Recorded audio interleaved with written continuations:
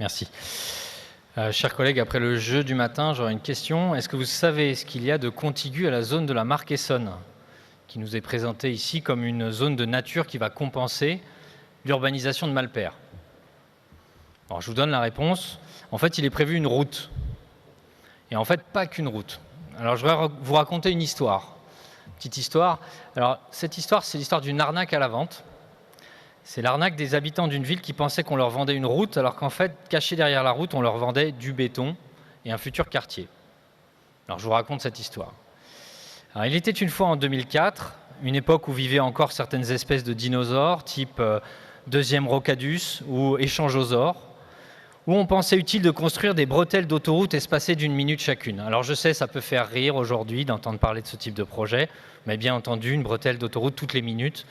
Mais bon, drôle d'époque, vous me direz, c'est passé.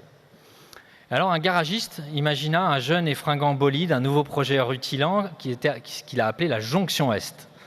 Un véhicule urbain ronronnant à placer entre les échangeurs 17 et 18, à côté de l'Asbord. Mais rapidement, le bolide s'est transformé en vieille guimbarde pour finir en épave, après plusieurs étapes. D'abord, elle a été placée au garage pendant 10 ans.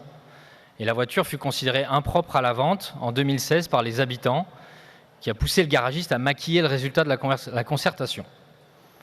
Alors le véhicule roulait toujours pas depuis 15 ans, alors il consommait de plus en plus d'essence et il est passé de 55 millions en 2007 à 63 millions en 2018 et maintenant, 4 ans plus tard, 79 millions. Véhicule de plus en plus cher alors qu'il est de plus en plus dépassé. Et les contrôles techniques sur notre vieux clou l'enfonçaient justement le clou. L'ARAFER d'abord déclara en 2017 que non, l'arrivée de ce nouveau bolide, la Jonction Est, contribuerait, je cite, à congestionner encore plus la rocade. Et puis c'est au tour de la simulation de la métropole de montrer qu'en 2030, les habitantes et les habitants de Saint-Orens, de Toulouse et de Quinte-Fonce-Grive souffriraient encore plus d'engorgement dans leur centre, l'opposé de ce qui était recherché. Alors le véhicule sans intérêt n'avait plus qu'une seule pauvre utilité, desservir une seule et unique clinique privée. Une folie quand on sait que cette clinique est maintenant desservie, le temps passant, par un jeune et flambant bus Linéo et des accès routiers adéquats.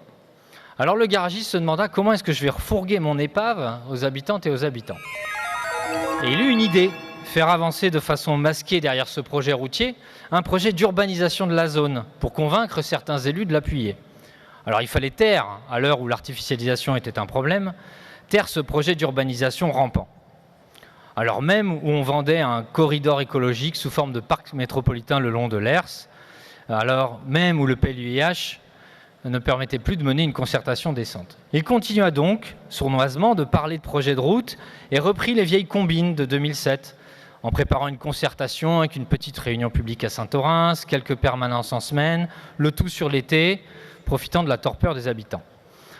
Alors, la fin de l'histoire. Arrivera-t-il à vendre son épave aux habitants? Quand les habitants allaient-ils se rendre compte de la supercherie et du gaspillage de leur argent? Alors, je vais m'arrêter là avec la petite histoire, Monsieur Moudingue, parce qu'en fait, c'en est pas une, et finalement, moi, elle me fait pas rire. Je l'ai fait pour expliquer aux personnes qui nous regardent et paient leurs impôts à quel point ce projet vieux de 15 ans n'a plus aucun sens. Et par quel tour de passe-passe vous cachez ce que vous avez déjà avoué, ici même, en parlant de projet d'urbanisation, une nouvelle bétonisation. Alors c'est vous qui décidez de l'avenir des 57 millions d'euros d'impôts de nos concitoyens et de nos entreprises qui sont ici en jeu. Je vais vous poser 3 questions, Monsieur Moudingue. Allez-vous agir en cohérence et responsabilité et dire la vérité en mettant en place une vraie concertation qui combine le projet routier et l'urbanisation? Deuxièmement, allez-vous associer proprement les habitantes et habitants au processus, notamment les associations, qui pour l'heure sont laissées de côté, à l'heure où, je le répète, je l'ai dit tout à l'heure, vous dites « nous ne choisissons pas nos décisions selon une boussole politicienne, nous cherchons le meilleur pour les habitants ». Et troisièmement, puisqu'il y a un précédent en 2016, allez-vous enfin respecter les résultats de la future concertation?